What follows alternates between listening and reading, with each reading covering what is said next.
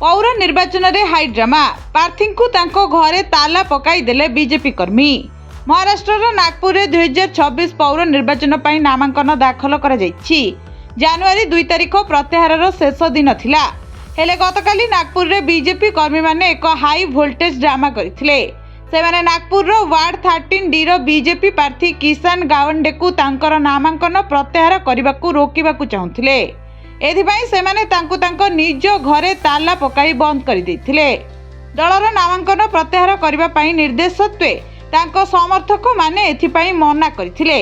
किसान BJP MLC Parinay Phuke को डाकिथिले, जे परे तांको समर्थक माननकु बुझाई राजी कराइथिले एवं परवर्ती समय तांकर नामांकन प्रत्याहार करथिले किसान। तेबे भारतीय जनता पार्टी प्रथमे नागपुर 13D निर्वाचन मंडली किसान गाउंडे एवं विजय होल को प्रार्थी भाव चयन करथिला। परे दल किसान गाउंडे को तांकर नामांकन प्रत्याहार करने को कहिथिला। दलर निर्देश सत्वे स्थानीय बासिंदा एवं समर्थक माने किसान को तांकर नामांकन प्रत्याहार न करने को चाप पकाइथिले। आउ से न शुणिबारु तांकु घरे ताला पकाई देथिले समर्थक।